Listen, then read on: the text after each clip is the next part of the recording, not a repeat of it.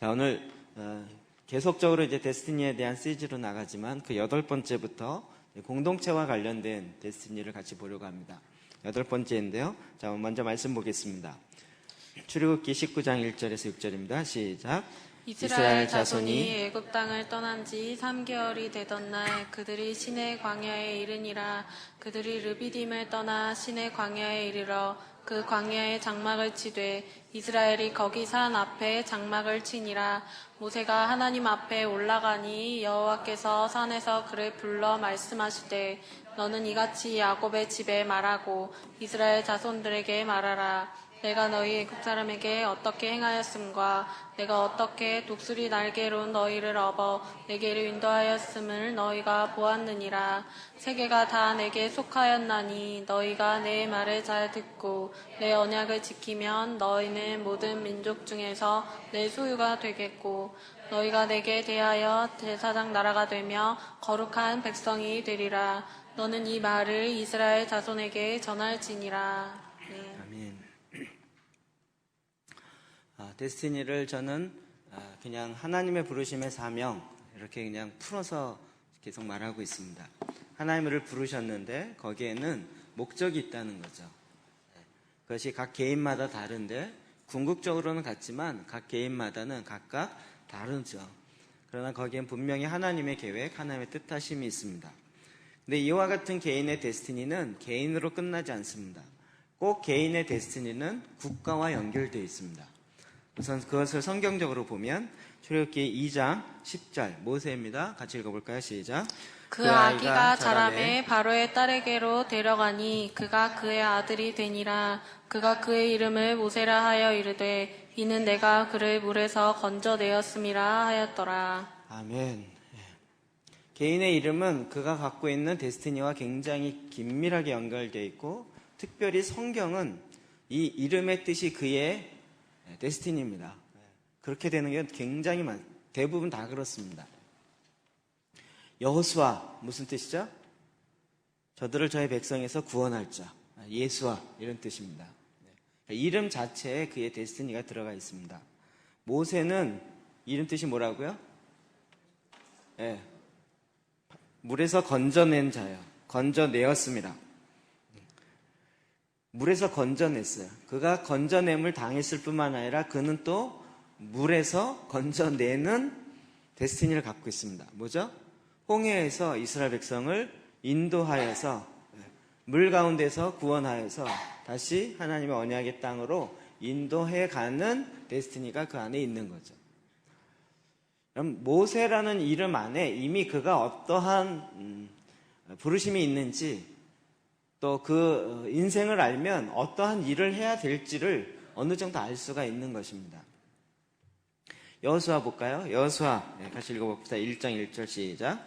여호와의 종 모세가 죽은 후에 여호와께서 모세의 수종자 눈의 아들 여호수아에게 말씀하여 이르시되 내 종 모세가 죽었으니 이제 너는 이 모든 백성과 더불어 일어나 이 요단을 건너 내가 그들 곧 이스라엘 자손에게 주는 그 땅으로 가라. 여호수아의 데스티니는 하나님이 약속했던 그 땅으로 가서 전쟁하는 것입니다. 제가 전에 예로 잠깐 몇 번 들었지만 여호수아는 모세와 데스티니가 같지 않습니다. 그는 물 가운데 건져내거나 이스라엘 백성을 출애굽시키는 사명이 아니고 그는 지금 이스라엘이라는 나라가 흘러가고 있는 이 과정에 있어서 언약의 땅으로 인도하고 그 가운데 이스라엘 백성에게 언약의 땅을 차지하도록 하게 되는 데스티니가 있습니다. 사실 이스라엘이라는 나라가 없이 여호수아가 자기의 데스티니를 이룰 수가 없습니다. 그러니까 개인의 데스티니는 이 나라, 국가의 데스티니랑 연결되어 있다는 것입니다. 사도 바울 볼까요? 사도행전 9장 15절입니다. 시작. 주께서 이르시되 가라. 이 사람은 내 이름을 이방인과 임금들과 이스라엘 자손에게 전하기 위하여 택한 나의 그릇이라. 아멘. 그는 불렀을 때부터 시작해서 이미 그가 어떠한 일을 해야 되는지 이미 이야기하고 있는데 뭡니까? 내 이름을 이방인과 임금들과 이스라엘 자손들에게 전하기 위하여 택한 나의 그릇이에요. 이방인들에게 또 그 임금들에게 이 복음을 전해야 될 데스티니가 이미 불렀을 때부터 있었습니다. 성경에 나오는 인물들을 다 살펴보면 이걸 하나하나 다 볼 수 있습니다. 베드로, 예수님 부를 때 뭐라 그랬죠? 너는 사람 낚는 어부가 될 것이다. 언제 이루어집니까? 사도행전으로 넘어가면서 한 번 설교에 3,000명, 6,000명씩 어마어마한 고기를 낚는 정말 사람 낚는 어부가 되었죠.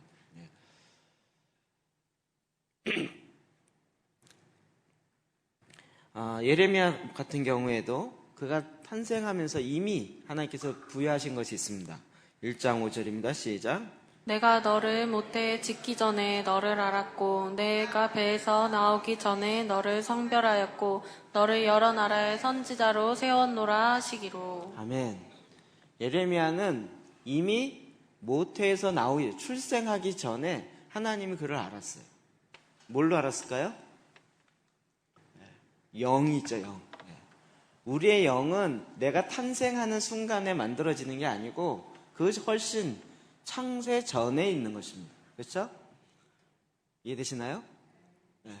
그래서 영이 실제이고 우리의 육은 풍선과 같이 식탁보와 같이 그것을 덮고 있는 껍질 표현이 좀 그런데 그것과 같습니다. 그래서 하나님이 지금 예레미야를 이 땅에 내기 전부터 엄마 뱃속에 있기 전부터 그를 알았고 그를 향한 데스티니가 있었는데 여러 나라의 선지자로 세웠노라.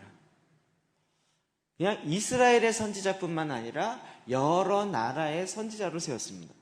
그러면 여러 나라에서 예레미야를 향하여서 우리나라에게 하나님의 말씀을 들려주세요라고 여러 나라가 요청했을까요?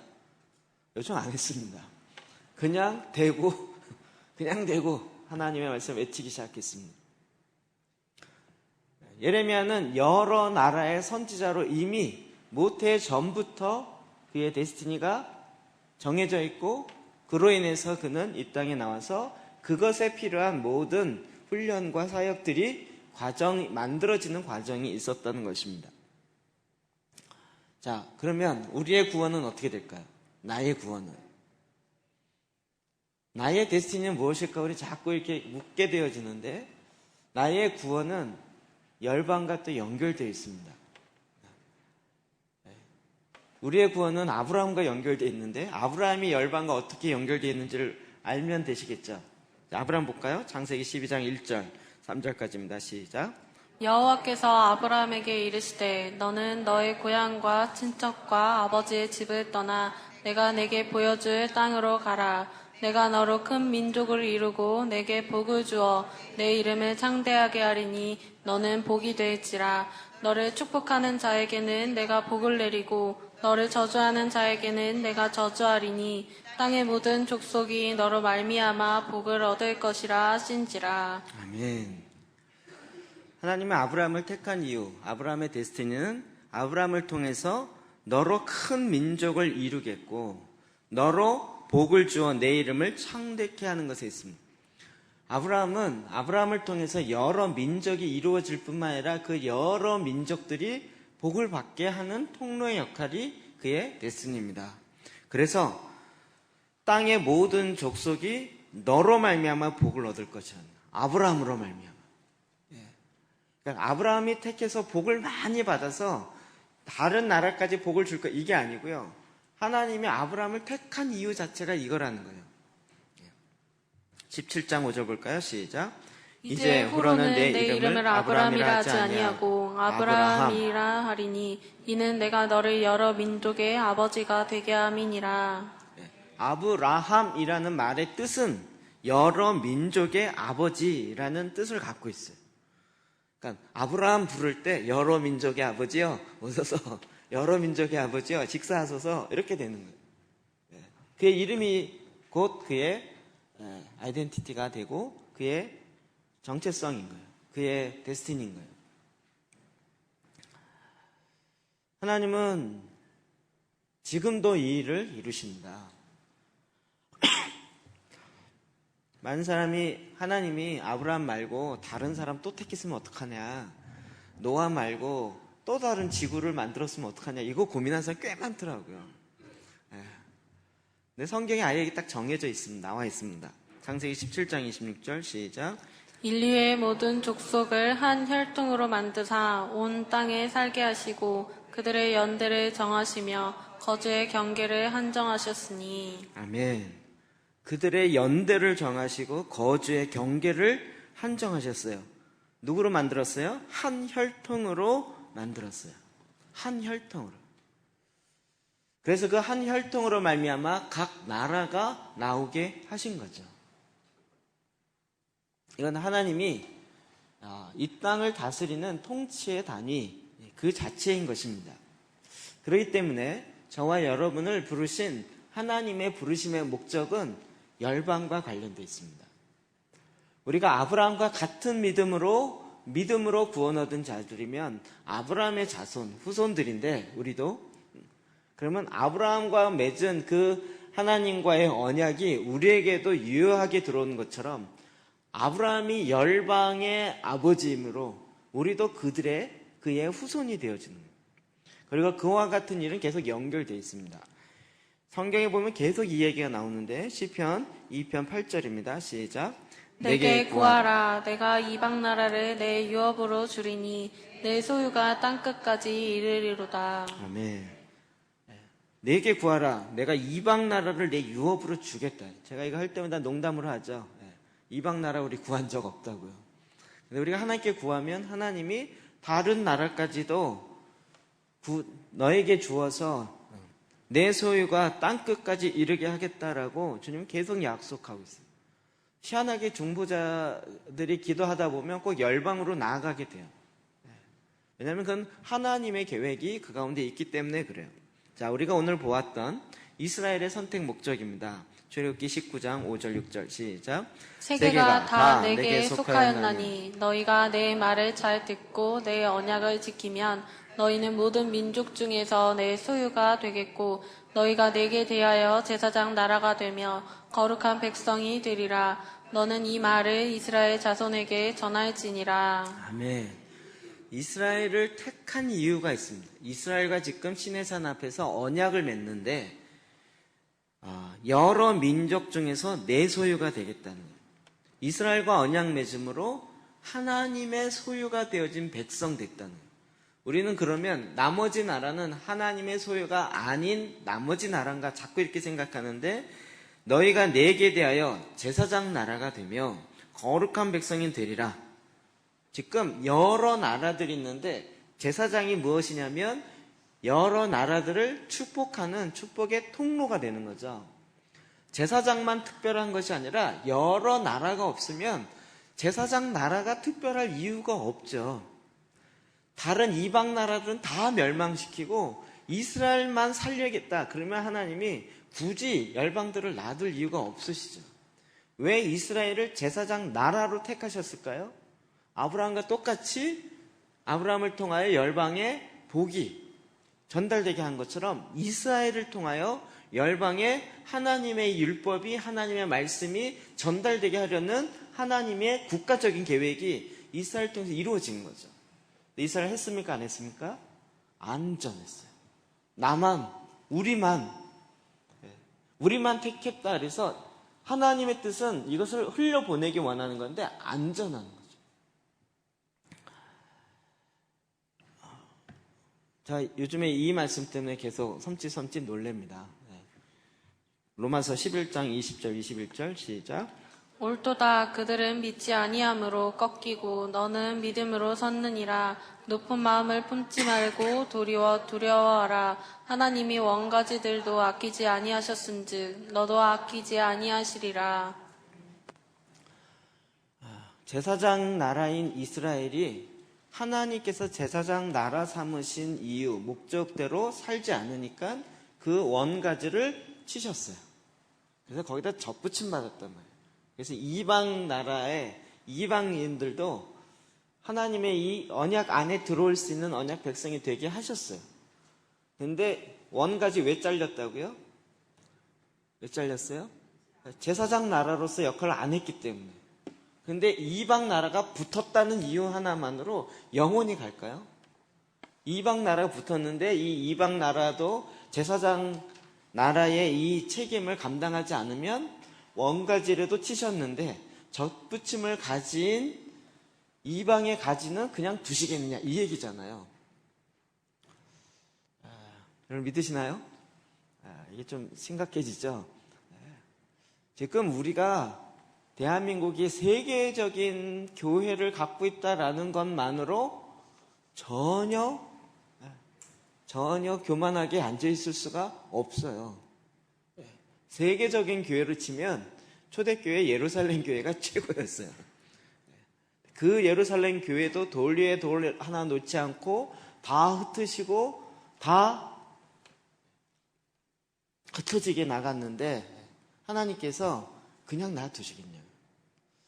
제가 오늘 아침에 정말 농담을 계속 준비했는데 못해가지고요. 오늘 이 시간에 해야 될 것 같아요. 이스라엘을 회복하심이 언제입니까? 이렇게 물었잖아요. 그때 예수님이 뭐라 하셨죠? 때와 시는 너희가 알 바가 아니다.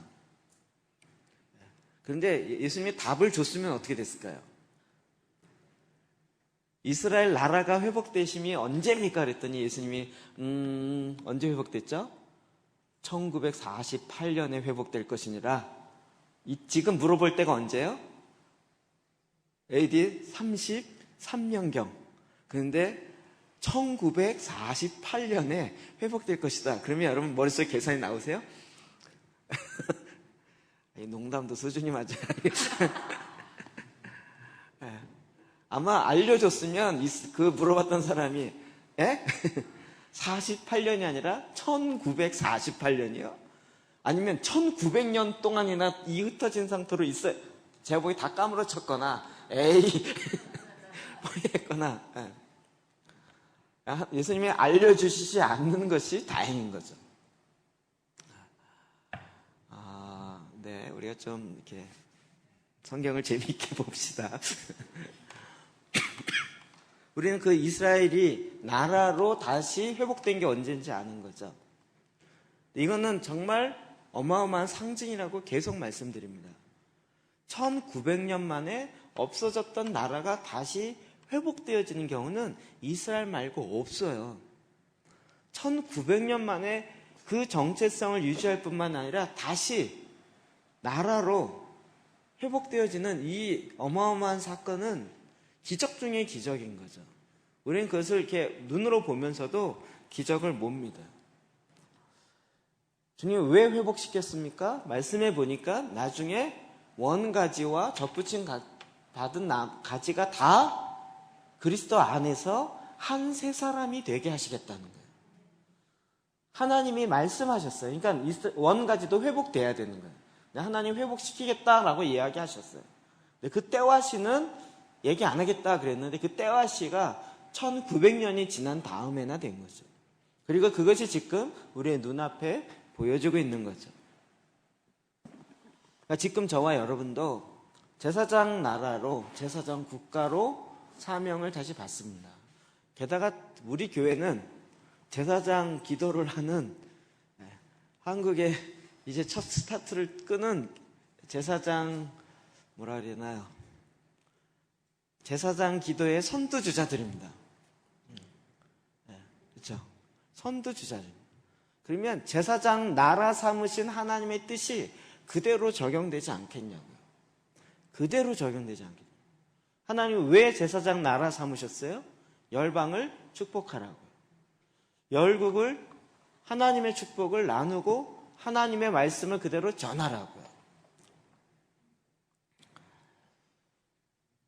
저도 이제 와서 조금씩 알게 되는 것은 저걸 맨날 웃으면서 얘기했잖아요.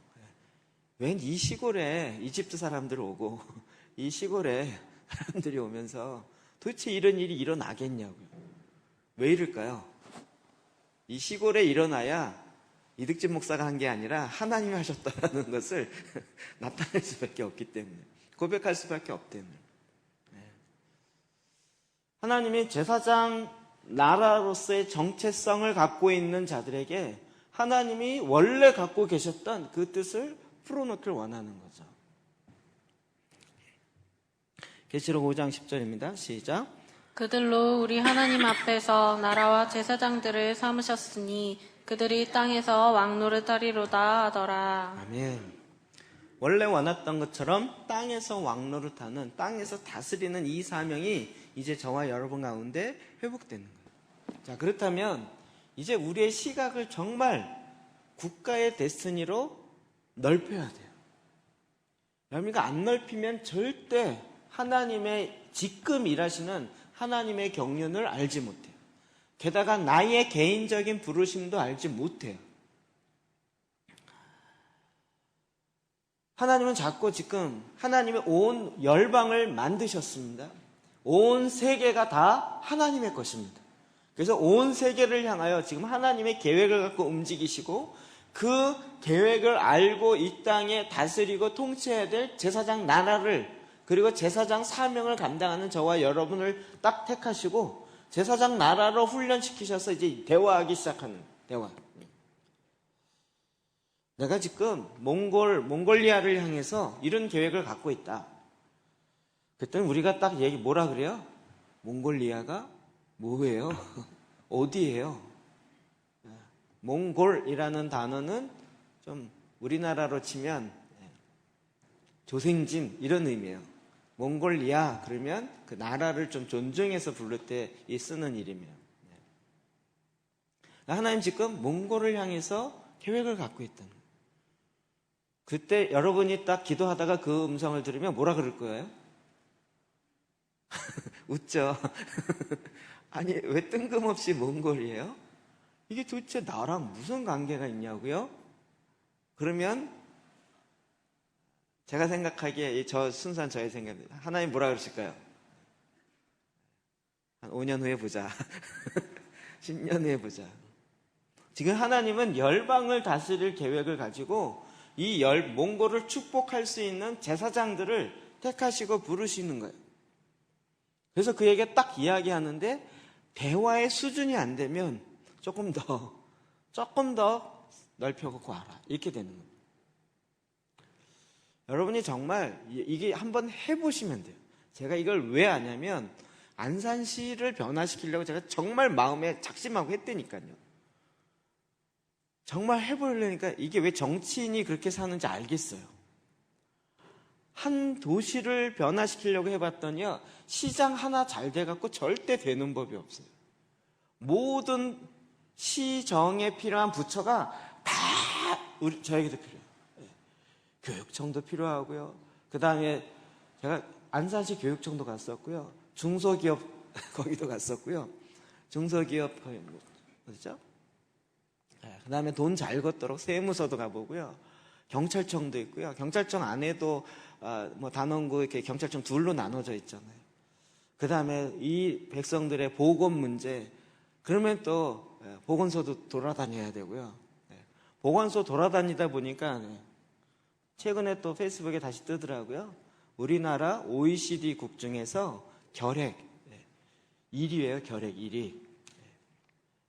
세계에서 OECD 제쳐놓고도 결핵 환자 그 순위가요, 그 일일이 걸려요. 기침하는 사람마다 의심해봐야 돼요.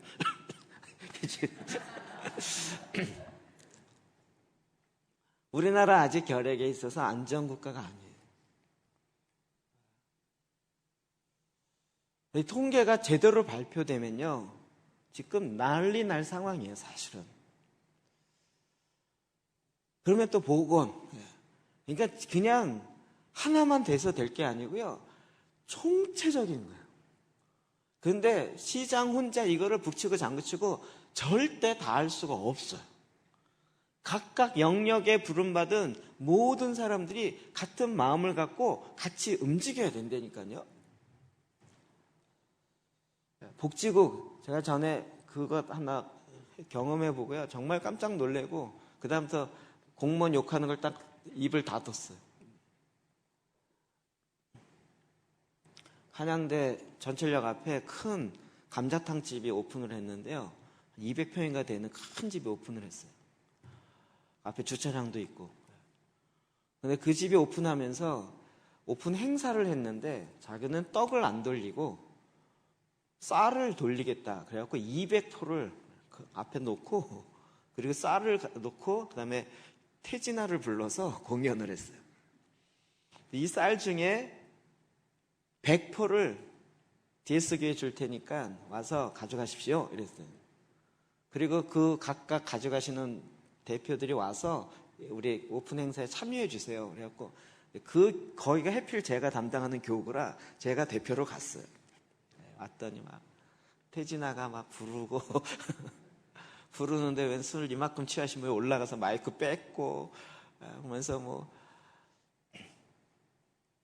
끝났어요. 어디 캐톨릭에서도 왔고 저기 어디 뭐 복지단체도 왔고 끝나고 가져가세요 그러더라고요. 쌀 20kg짜리 100포를 가져가세요. 알겠습니다. 그래갖고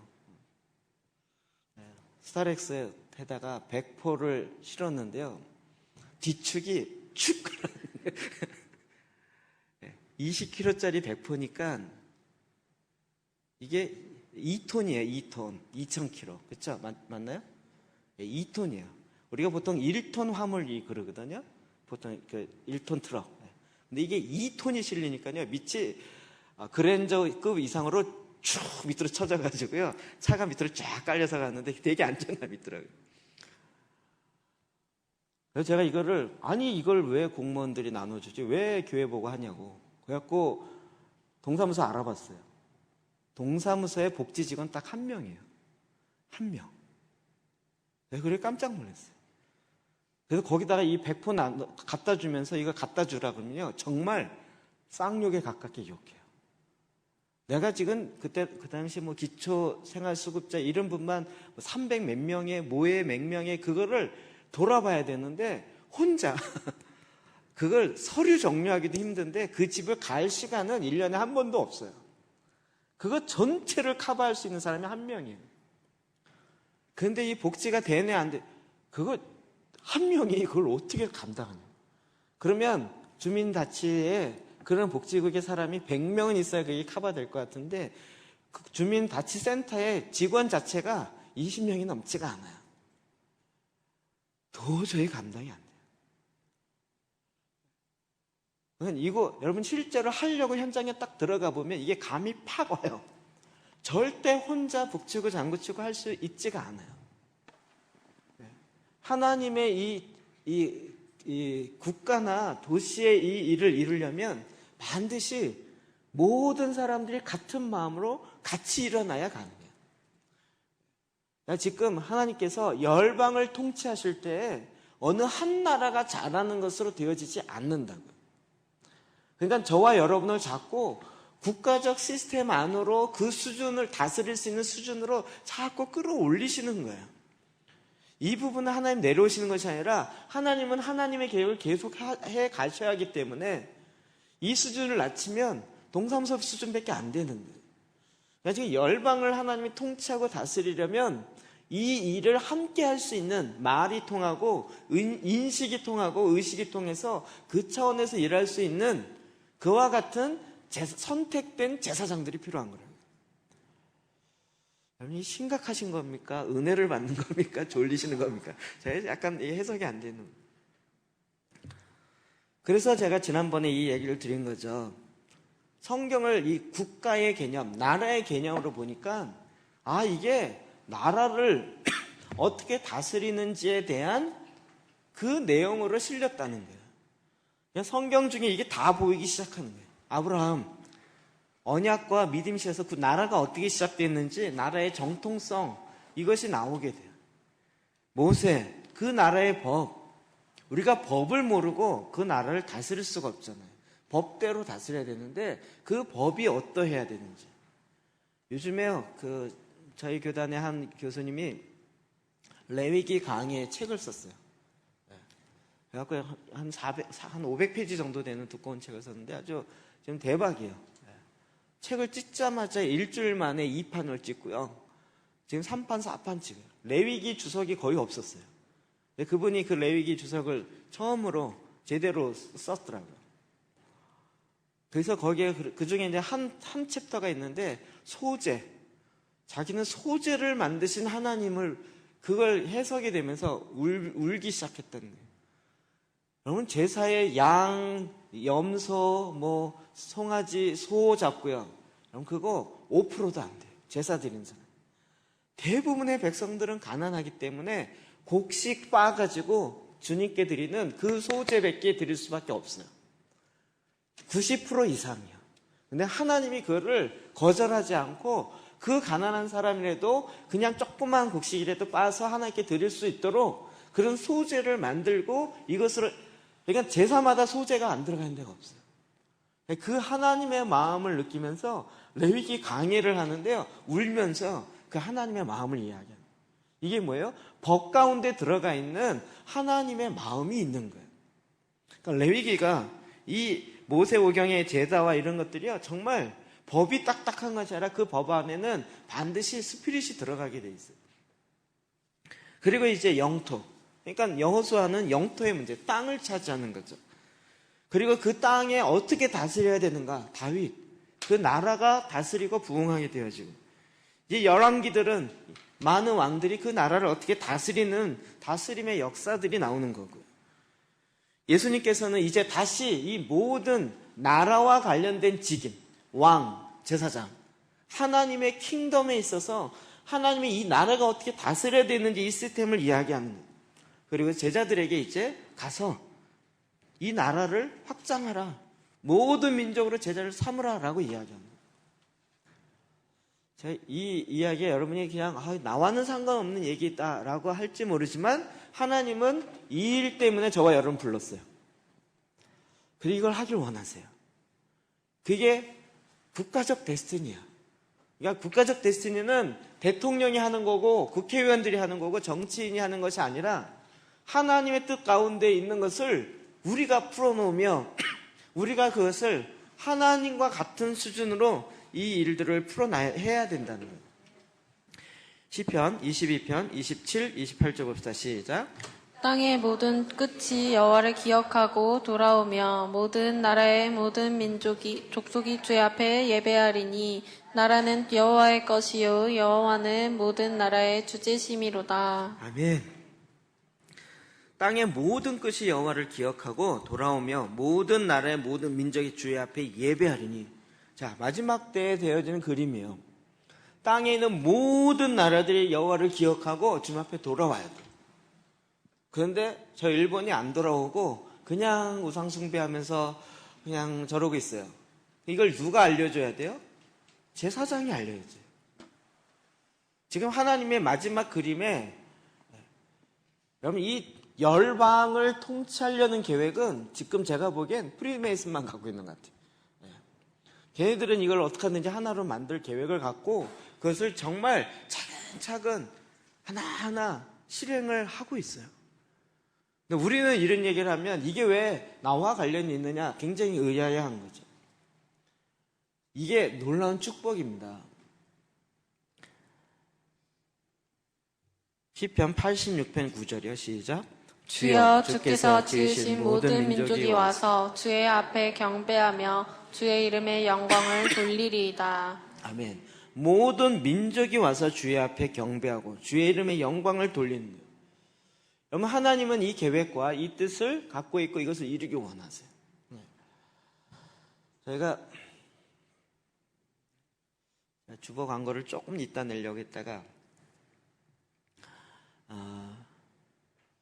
제 마음속에 이제 올해부터는 본격적으로 일을 진행해야 되겠다. 여태까지는 서론이었고요. 본격적으로 해야 되겠다 싶어서 이제 하나씩 말씀드리면 릴리 목사님을 초청을 했어요. 본인이 오케이 했어요. 그래서 9월 29, 30, 10월 1일 이 3일 동안 저희 교회에서 직장인 컨퍼런스를 하기로 했어요. 그래서 아침, 점심, 저녁 3번에 걸쳐서 컨퍼런스를 하게 됐어요. 나중에 광고 드릴게요. 그래서 이제 직장인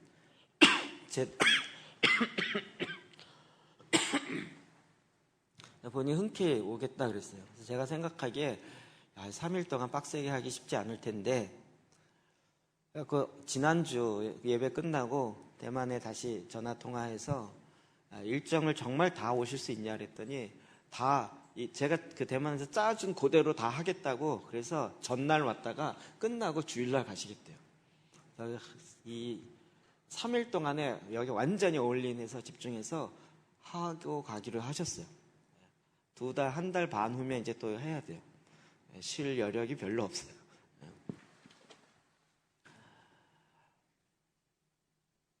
이번에 대만 갔을 때 계속 이야기했던 게 뭐냐면 국가 변혁은 가정과 직장입니다. 이렇게 얘기합니다.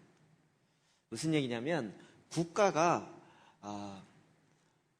그러니까 국가 일을 하려는 사람이 모여서 국가가 된 게 아니고 가정가정가정가정가정이 모여서 국가가 되는 거예요.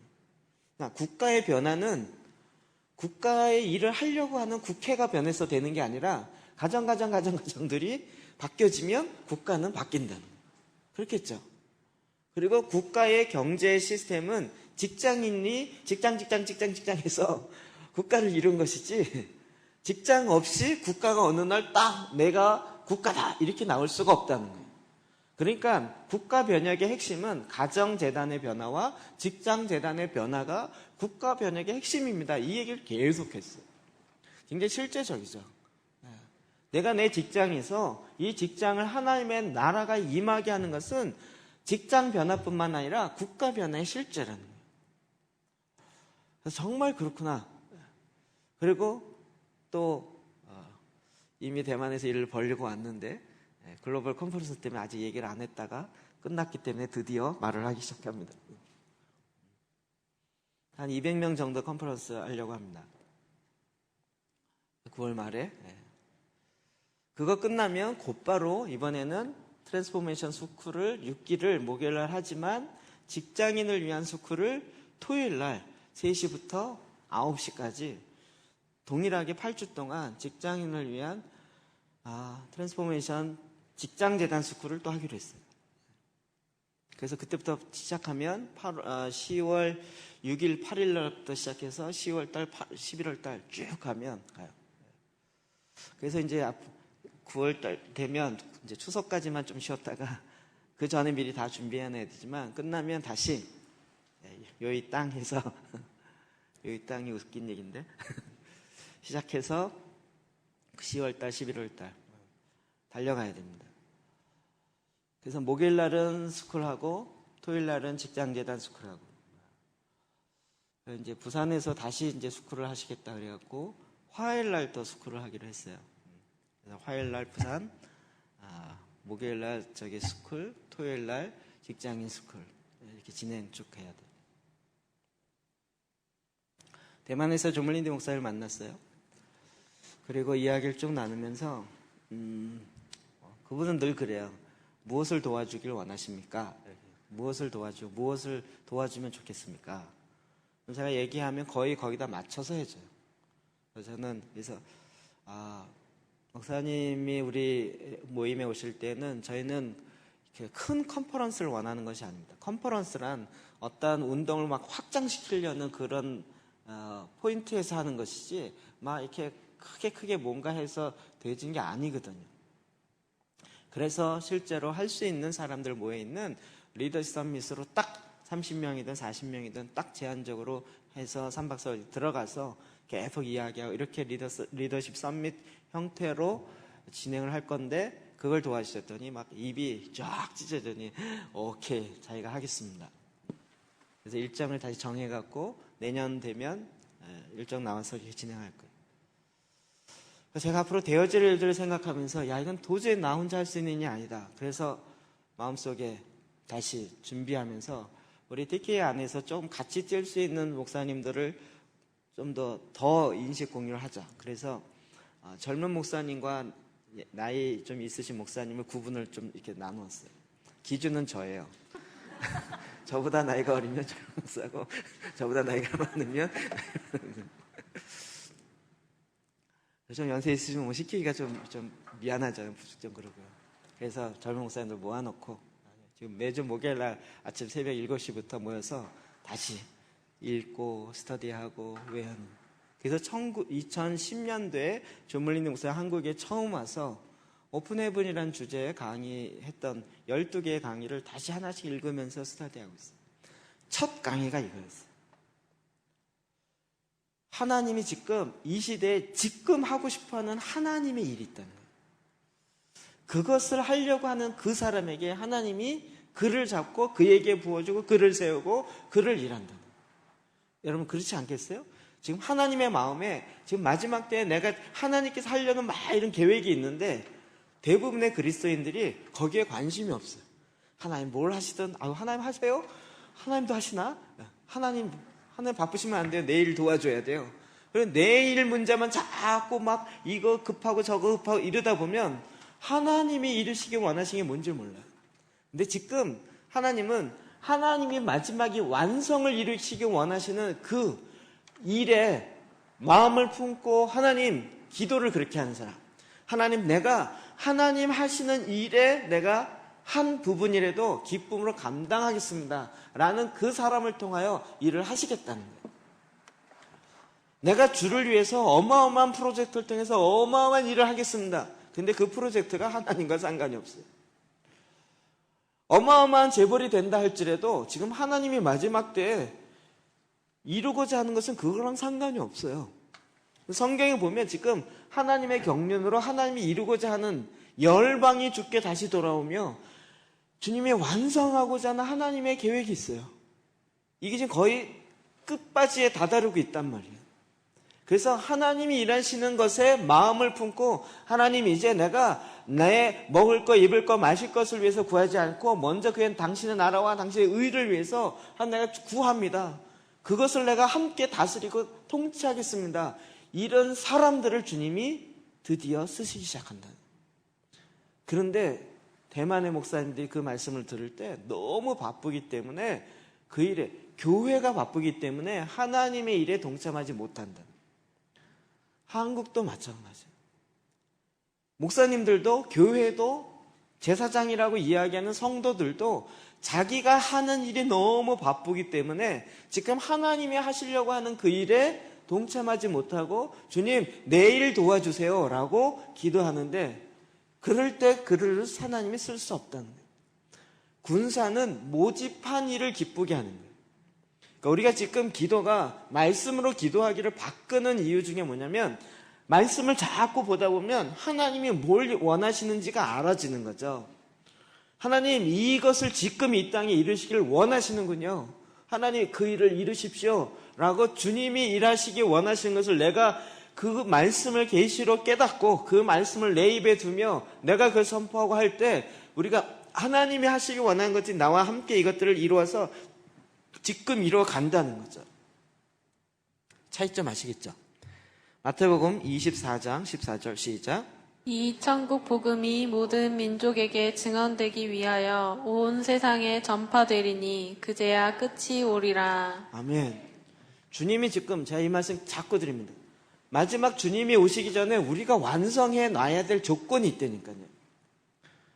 천국 복음이 땅끝까지 모든 족속 모든 민족에게 전달되어야 주님이 와요. 이 전달되는 일은 누가 해야 돼요? 저와 여러분이 해야 돼. 아, 주님이 이걸 원하시는군요. 내가 땅끝까지 지금 복음이 전달되지 않는 종족 어딘지 찾아보겠습니다.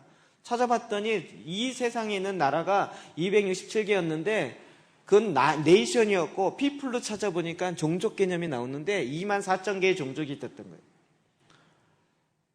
그리고 이제 미전도 찾고 해서 지금은 5% 10%도 안 되게 남아있어요.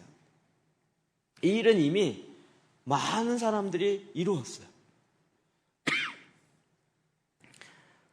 그래서 하나님이 정말 원하셨던 건 무엇이죠? 28장 19절 20절 시작.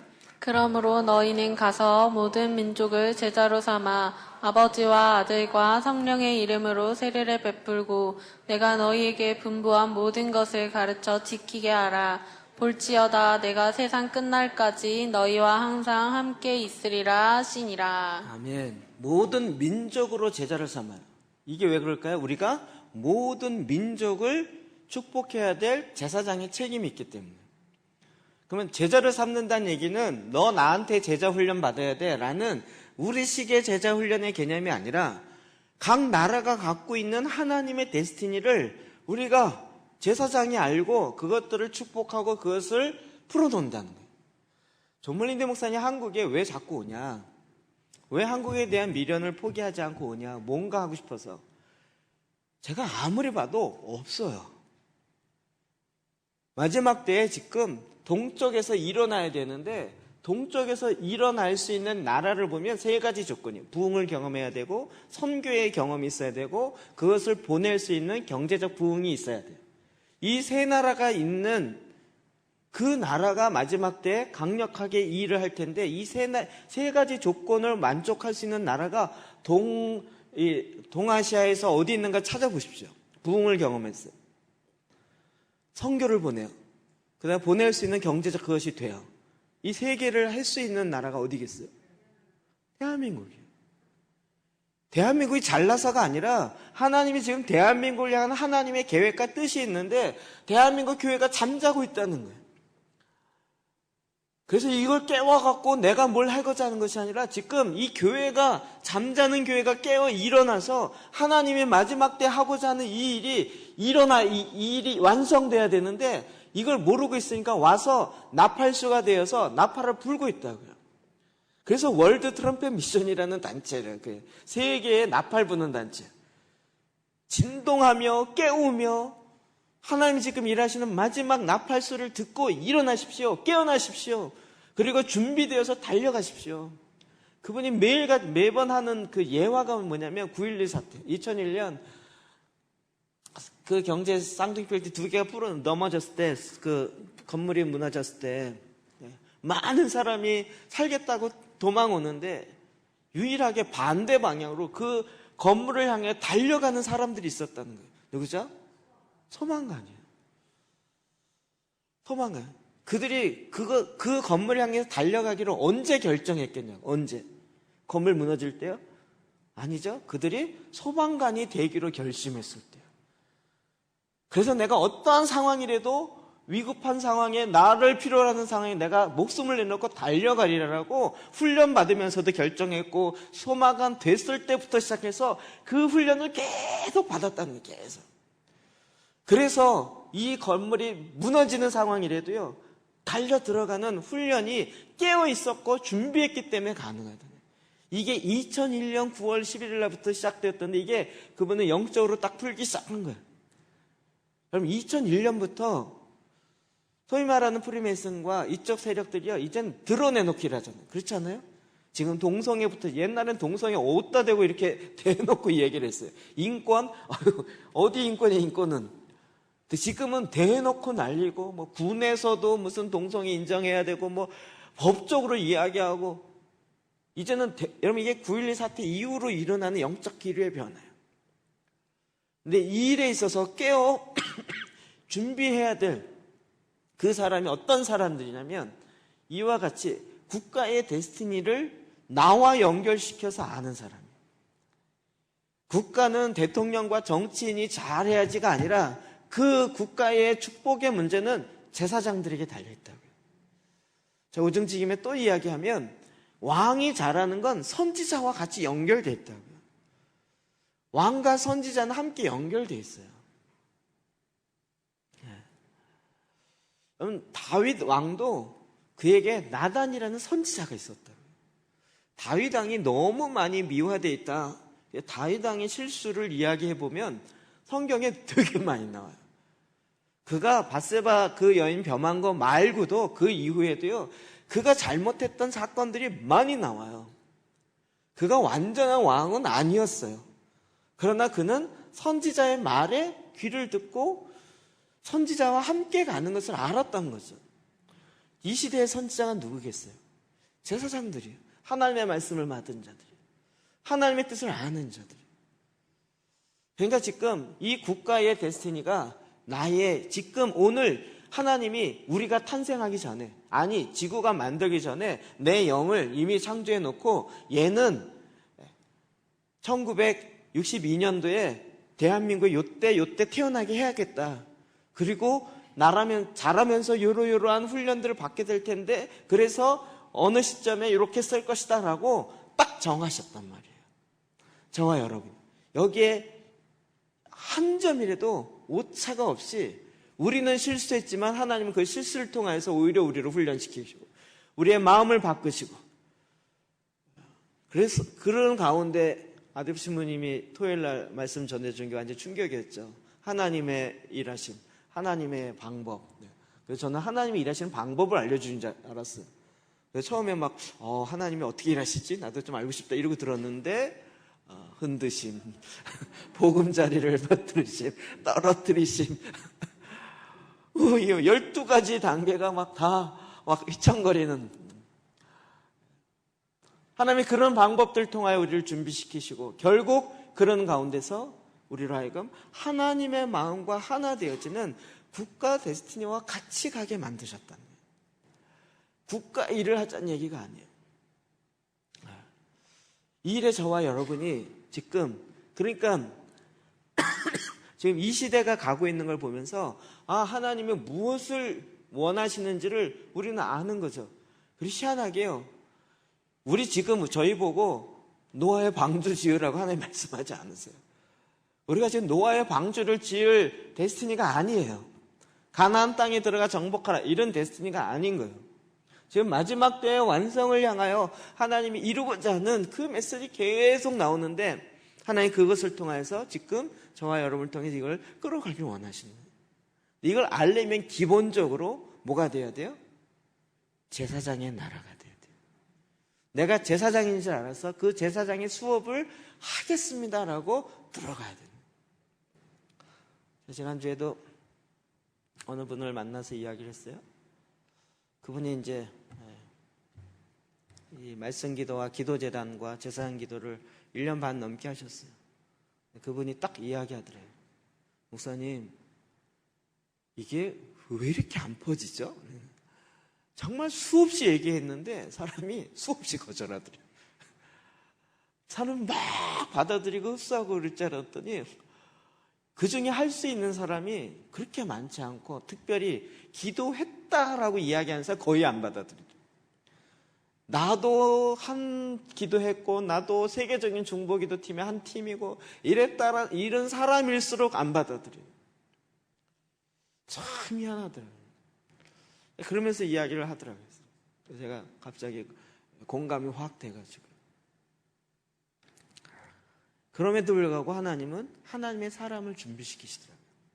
준비되어진 사람들 계속 일으키세요. 그래서 마음속에 계속 소원함이 생겨요. 소원함이 생겨요.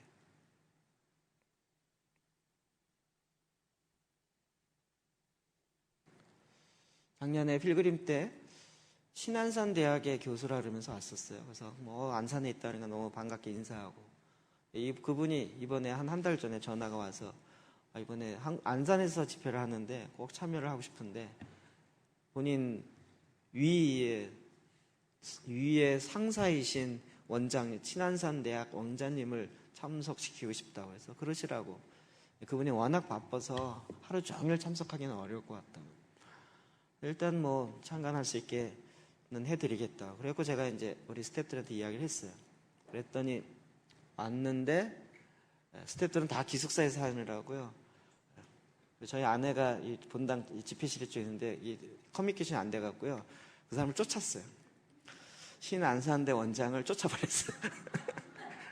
등록 안 하고 하루만 참석하면 안 됩니다. 1시간 동안 어떻게 안 되겠냐 그러는데 안 됩니다. 그래갖고 화가 쫓아버렸어요. 나중에 소개했던 그 가운데 있는 사람이 와가지고 왔다가 그냥 가셨다. 이거 어떡해요 말면서 죄송하지만 저보고 한번 전화를 해달래요. 그래서 오케이. 그래서 전화해서 상황이 이래 돼서 이렇게 됐다고 그랬더니 자기도 어차피 계속 참석할 수는 없어서 한번 분위기 어떤지 보려고 했는데 나중에 봅시다. 그래갖고 이제 나중에 보기로 했는데 그게 제 안에 숙제로 남아있고, 나중에 이제 문자로 몇 번 주고받고 하다가 이번 주 화요일 날인가? 네. 마음속에 계속 새벽에 계속 기도할 때 이 부담이 있어요. 그래서 전화를 걸었어요. 언제 볼까요? 했더니 지금 휴가 방학 중이라 집이 저 일산인데 안산으로 오질 않아서 방학 끝날 쯤 8월 말에 보자는 거예요. 그래서 이야기를 쭉쭉쭉 하다 보니까 안 되겠어요. 제가 그러면 제가 하도 여러 사람 만나보니까 일단은 튀기는 게 있어요. 저도 바빠서 또 아무나 이 일을 하는 건 아닌 것 같습니다. 정말 원장님 바빠서 못할 것 같으니까 할 수 있는 교수님을 소개해 주십시오. 그 사람 만나는 게 차라리 낫지 않을까요?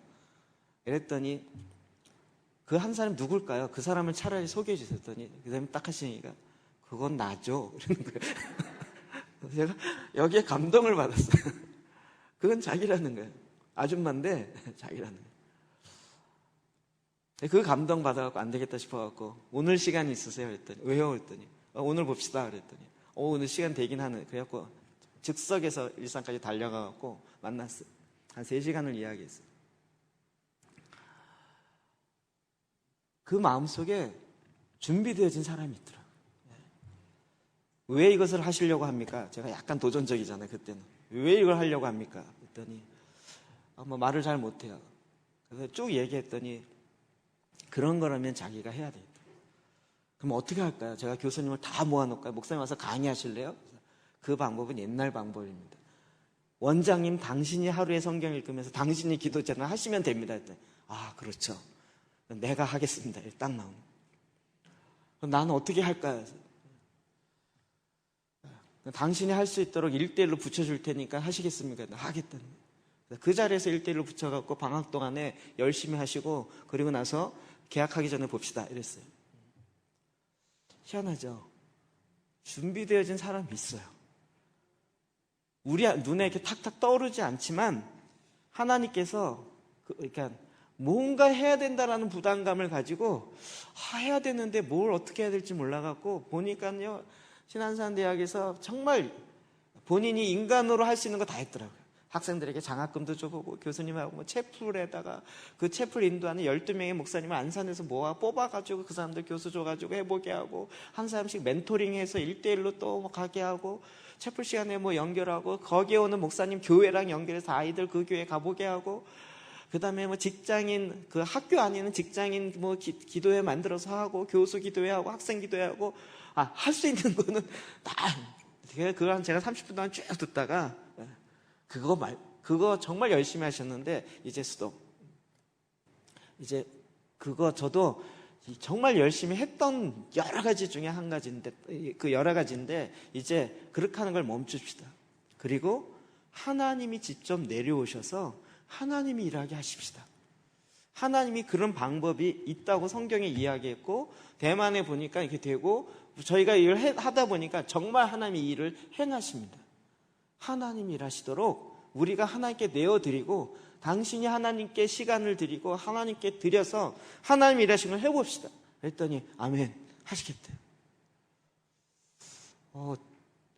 제가 이렇게 세게 얘기하면요 못해요 이럴 줄 알았더니 다 내가 바빠서 이게 대학 원장이니까 좀 바쁘겠어요. 그런데 이럴 줄 알았더니 하겠대요. 하겠대요. 참 하나님 희한하게도 일하신다. 앞으로 어떻게 될지 모르겠지만 제가 중보기도 차원에서도 말씀을 드려요. 물론 저도 그거 하겠다 그러면 우리 목사님들 보내고 프로그램 짜가지고 이렇게 하고 학교 채플을 이렇게 바꾸고 학교 안에서 이런 행사하고 머릿속에 프로그램이 막 나오려고 그래요. 나오려고 그러면 딱 멈추고 아니 당신 우리 먼저 한 사람이 쓰는 것이 중요합니다.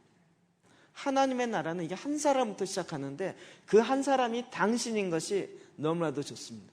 그랬더니 자기가 하겠대요. 자기가 하겠대요. 나 그렇게 얘기하는 사람도 처음 만나봤어요. 내가 할 수 있을까요? 이렇게 얘기하는데 본인이 하겠대요. 자기는 그걸 위해서 하나님이 보내신 것 같대요.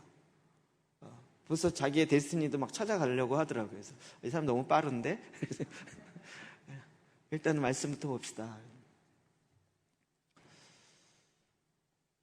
저희가 안산에 있기 때문에 안산을 위해서 중보 기도하려고 하는데 서울 강남에는 어떤 중보자가 와가지고 하나님 말씀하셨다면서 와서 가르쳐주고 기도하면서 안산을 위해서 하나님이 기도하시라고 이 모임에서 그래서 안산을 위해서 어떻게 기도해야 되는지를 고민하다가 제 소개를 받고 어떻게 기도해야 되는지를 알려달라고 만나려고 했던 거예요. 그래서 자기는 뭘 해야 될까 해서 무슨 안산이요? 당신의 학교를 위해서 기도하십시오. 다음 세대를 위해서 기도하십시오. 당신의 데스티니 그겁니다. 교육 영역을 위해서 기도하십시오. 교육 영역 안에 하나님의 나라가 임하게 하십시오. 당신이 해야 할 일이 지금 너무나도 많습니다. 했더니 딱 듣는 순간 그렇군요. 저 그거 할게요. 여러분, 각 직장이, 각 영역이 하나님의 나라로 움직여집니다. 그렇게 해서 모든 영역마다 그 안에 있는 그리스도인 제사장들이 일어나기 시작하는 순간부터 국가적 변화까지 가는 거죠. 저는 이 전략 너무나도 좋아요. 비전은 글로벌하게 하고 전략은 스몰하게 한 사람부터 가는 거예요. 한 사람부터 가는 거예요. 쉽죠? 그 한 사람부터, 그 한 사람 잡고 한 달 동안 매일 만나거나 일주일에 2번 만나거나, 그래서 그로 하여금 하나님의 임재를 경험하고 하나님의 말씀을 경험하고 변화되어지는 실제를 보기 시작하는 거예요. 하나님은 이렇게 하나님의 나라가, 그러니까 우리가 하나님의 나라 그러니까 너무 크게 생각하는데, 너무 큰 것에 대해서 알고 있지만 그것을 실천하는 지금 나의 액션은 바로 한 사람부터 시작합니다. 하나님은 저와 여러분을 그렇게 하게 하셨어요. 그러니까 전부 다 할 수 있는 거죠. 이것이 국가적 데스티니입니다. 저는 하나님이 이 일에 저와 여러분을 부르셨다고 믿습니다. 왜 우리에게 아데프시님 붙이고 존물리니 목사님 붙이고 릴리 목사님 붙이고 이래 가면서 이런 일들을 계속 하려고 하나님 하실까요? 제가 능력이 있어서가 아니라 우리가 뭐가 뛰어나거나 탁월해서가 아니라 하나님의 일하심이 있습니다. 제 마음에는 하나님의 일하심을 이 땅에 이루기를 원합니다. 그것을 위해서 기도하고 하나님 그것을 알려주십시오. 그리고 내가 그것에 순종하겠습니다. 그리고 오는 것입니다. 달려가는 것입니다. 그럴 때 하나님께서 지금 이 국가적 공동체적 데스티니를 이루어가는 것입니다. 이것이 교회와 어떻게 연결되는지는 다음 주에 다시 좀 더 풀도록 하겠습니다. 이 시간 좀 기도